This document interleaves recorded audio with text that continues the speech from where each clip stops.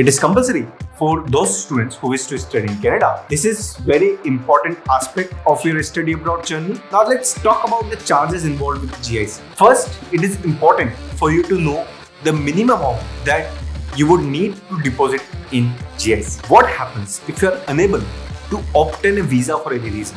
Now, moving to another question, is the GIC amount included in the education loan, and how will that work? Are you planning to pursue your education in Canada? If so, my friend, this video is for you. Hello, my name is Aman and I am one of the founding members here at GyanDhan. In today's video, I'll explain the Guaranteed Investment Certificate, popularly known as GIC. This information is crucial for you to understand, and it's compulsory requirement without which you won't even get your student visa. Before we begin, I would like to take a moment to ask you to subscribe to this channel and click the bell icon. This ensures that you never miss an update from us.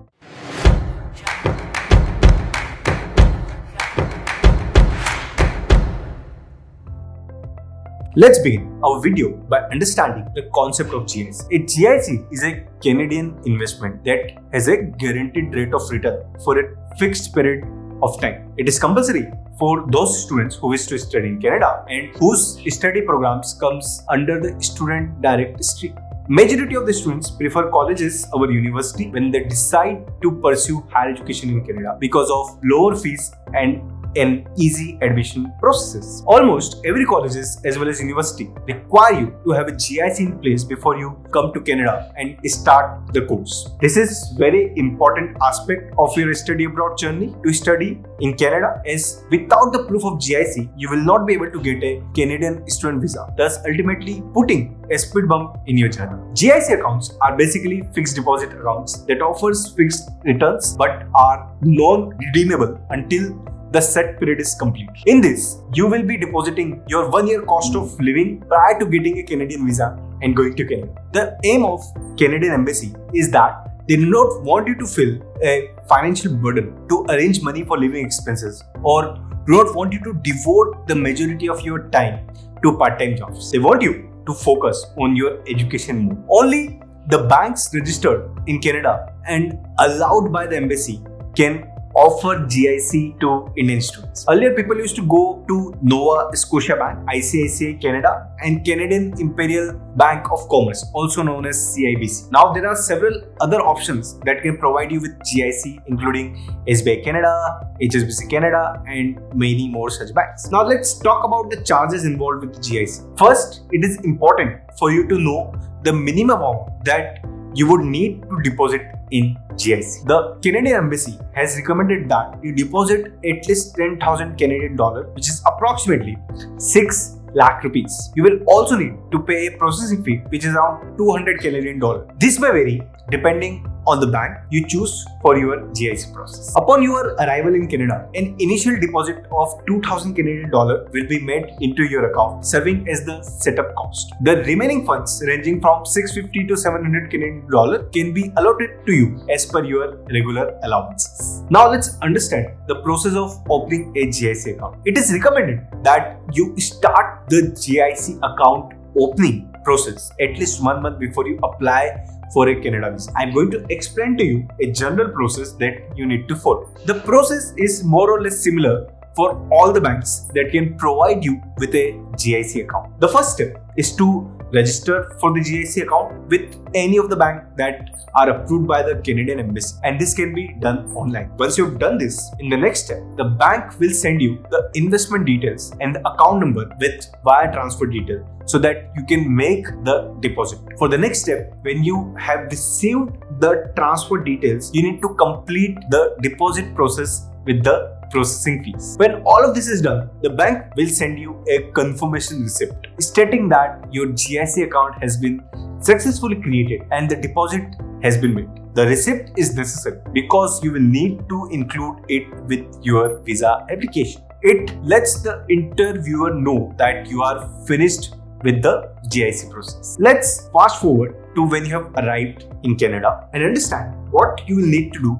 next. You will need to visit the bank from which you have created your GIC account with some documents. You need to make this visit so that you can complete one final verification before your GIC account is activated and you get the initial setup cost, which is $2,000 with you. You might be wondering what happens if you are unable to obtain a visa for any reason. In such a scenario, what will occur to your GIC account and the money that you have deposited into it? Do not worry, you can get the GIC amount refunded in the following situation. The first, if your study permit has been declined.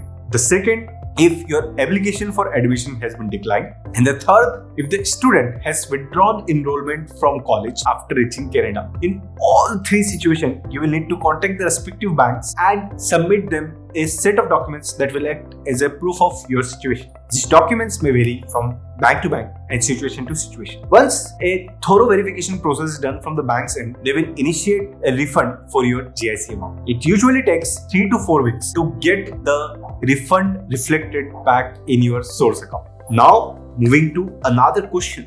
Is the GIC amount included in the education loan, and how will that work? So, we would like to inform you that yes, the GIC amount can be included in the education loan amount. As we have understood, GIC is nothing but your 1 year living expenses that you need to pay in advances. So when you initially apply for an education loan to study in Canada, you need to consider the GIC amount and include it in the total amount that you need. If you look at everything closely, you will see there is a bit of confusing situation. You need a GIC for your visa application. You need a visa to get an education loan, and that's the tricky part. You plan to use the education loan to pay the GIC, so you can't actually get the loan until you have the visa, but getting the visa depending on having the GIC. That's a bit of a circular challenge. Here is where the pre-visa disbursement comes in. As the name suggests, lenders from whom you are taking an education loan will disburse the loan amount before the visa is approved. NBFCs and private banks majorly allow a pre-visa disbursement, but when it comes to government banks, they generally hesitate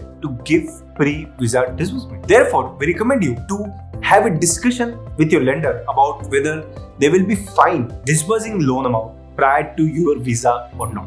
If you want to skip all of this headache, you can apply for an education loan to study in Canada through GyanDhan. We analyze your profile, and in case you want a pre-visa disbursement for GIC, our loan counselor will talk to the lenders regarding your requirement. All you have to do is check your loan eligibility for an education loan with the link given in the description box below. That's it for this video. If you found the content helpful, do not forget to like and share it with your fellow study abroad aspirants. Also, in case you have any more questions, you can comment them down below. Subscribe to our channel to see more videos like this so that you can make your study abroad dream a reality. See you in the next video.